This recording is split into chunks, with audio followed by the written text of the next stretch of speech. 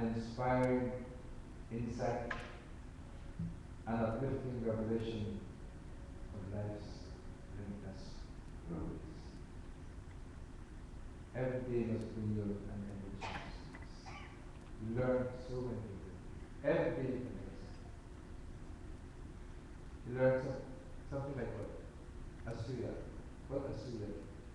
Asuya means person who finds fault in the best. They find fault in God. If a person is quiet and complacent, they say what? He's coward. If he takes sannyas, they say, you know, he's a failure in life, so this is what he does. They find fault in him. That is right. Rishi's wife name was what? Anusa. Anusa is the one who finds fault in man. And to her was born who? To her was born Datta. The three, remember the fellow with the three heads? He was born to her. Because she had no fault whatsoever. And in this world, you know, no matter you talk something about someone, you say something good about him, or in case maybe, someone says, what do you know? You know what he said? Did you know? Or, we find this. So we must let every day bring to you an enriching experience. Enrich yourself with everything that is happening around you. And learn from everything that is happening. And when you learn like that, You get an inspiring insight. Something inspires you. When you try not to find fault in people, when you try to find only goodness, even in the worst of us, there is some element of goodness. Even the fellow who has committed all this crime, he still loves his mother. Right? He loves his mother more than anything else. He misses, if you hear them in American jails and so forth, what is wrong? They miss their grandmother. They miss their mother. Committed all the crime. But yeah, who knows what has caused him to commit all these things? They continue to have every one of us, no matter in the worst of us, in the most devilish of us, always look to see what is good. And when it comes to the hard tsunami, try to make them good, make them come back to the fold. And always you must revel in the revelations of life. But there are three things. There are three knots of the heart. And there's a beautiful saying from Upanishad, which I would like you to repeat with me. Yada sarve pravidyante, yada sarve pravidyante, hridayasya grandhaya, hridayasya grandhaya, ada mrityu amrito bhavate, ada mrityu amrito bhavate, etavat yanushāsanam, etavat hanushāsanam. There are three knots that prevent us in our hearts, that prevents us from enjoying the work, the creation, and enjoying the bliss of the world. And the three knots in our heart that prevent us from enjoying, from getting this enriching experience. You see, you live your life every day, and you say, well, you know, I have not gained any experience today or yesterday. Something is preventing us from gaining an experience. Every day is an experience for us. And every day we must enjoy the limitless glory of Bhagavan. You see the sun rising in the morning? Is there anything more beautiful than that? The sun rising above the water is one of the most beautiful sights in the world. The sun going down, the sunset. It is described in the Vedas that when the sunset comes, so many colors come in the sunset. You know what it says in sages? Say when they see that, say Bhagavan is changing his clothes with different colors. Look how they translate. You see, a poet sees a sunset and he sees it from a poetic eye, right? Beautiful sunset and various colors, etc., etc. And another person sees, oh, what a beautiful sunset, the golden color of the sky. But how the sage sees this? The sage sees that same sunset as the Lord changing his clothes.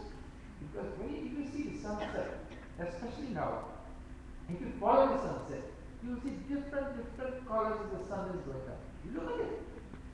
He is changing his colors. So we must see the glory of the Lord. And these knots, which are what? Avidya, ignorance. Ignorance is one of the greatest knots that prevents us from enjoying this. We take everything for granted, is that true? Your little toe, the toenail of your little toe, you don't know it's there. You know when you know it's there? When you have to go and see the doctor, you go to the canal, you say, you know what, my little toe, what's up? The nail is gone. The nail of the little toe, which is hardly a nail actually. It's just a vestige of a nail. But if it bothers you a little bit, then you know what? I have a toe. Otherwise you don't know you have a toe. Right? You don't know you have a nose unless your nose is your problem. This is what is the glory of the Lord. Imagine, do you know how much blood runs through your arteries and veins in your hands? 5 liters of blood per minute goes through, but yet you don't know. Do you know it? You don't know it? This is the glory of the Lord. The glory of the Lord is not only to come and sit down in the Mandir and look at and do puja path, but the glory of the Lord is when you've done this puja path, it must so purify you that you can see Him in every tree, in every leaf, in every bird, in every flower. You see the Lord. And when you see Him like that, the avidya, the ignorance goes away. So the three knots of the heart are avidya, ignorance, kama, desire. When the desire comes into our heart, it prevents us from getting to Him. I'm not saying you shouldn't have desire. I talked about this earlier, class 61st. That desire you can have, but you must have desire for the things that are good in life. So, desire and karma. Three knots. Avidya, kama, and karma. You hear what the machine gun called AKK? Yeah? AKK. Avidya, kama, and karma. The three knots of the heart that prevents us from enjoying this is that, the desire always comes first. Why can't I have a little bit more of money? Why can't I have a little bigger house? Why can't I have a little bigger garden? Why can't I have a little bit? It always comes. Why can't I? Why can't I? Why can't I? You don't say, why can't I have a little more faith in the Lord? Look, we have faith in the radio. Is that true? If you turn the knob of the radio on, you know what? Sound will come. Unless there's a blackout. Right? There are smart people in the audience. You got to always address all this. You turn the knob off the radio comes on. You put this switch on the plug, the light comes on. You go to play, who's your faith is with? Your faith is with the pilot. Except if you're coming from where? From Korea. And it's coming in 777. Then you know your faith is a little bit tested at that time. So your faith is in the Bible. But do we have faith in God? We don't. We pay lip service to Him, that we have faith in Him. But with the light of faith shining in each heart, every adversity assumes a divine meaning. Every adversity we get in life, it teaches us something, if you have faith. If you don't have faith, then you hold your head to the ground. But when you have faith in God, you say, God, you can only give me so much that I can bear. And you will put some circumstances to me, which I think, is so bad. But you do not know what His divine plan is. One day, Akbar was met with Birwa, and Birwa had a sword, was playing with a sword, and he cut a piece of the king's finger off. When he cut the piece of the king's finger off, the king was so upset, Akbar, that he put him in jail.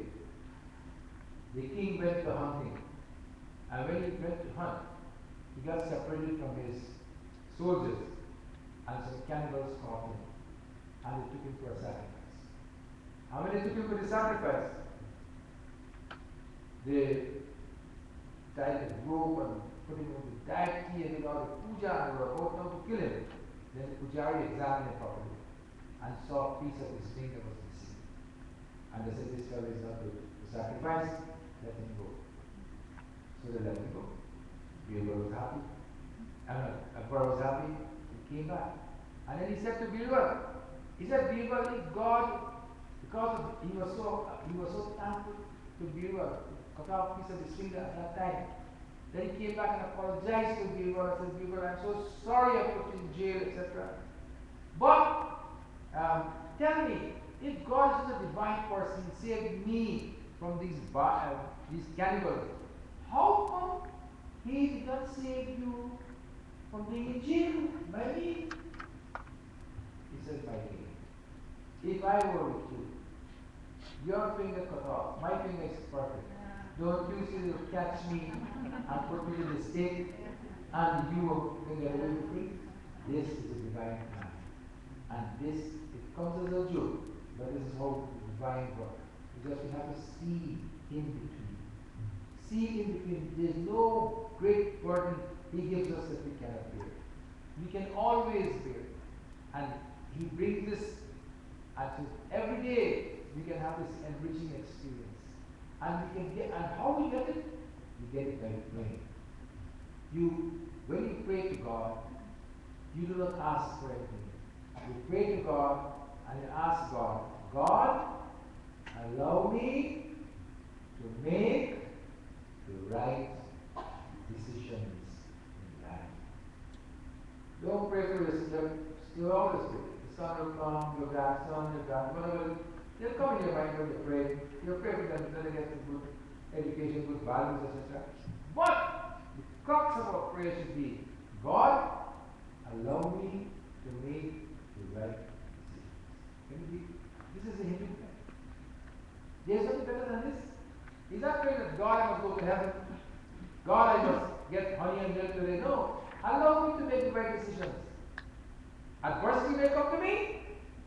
Allow me to make the right decisions in life. And when you pray, you pray early in the morning.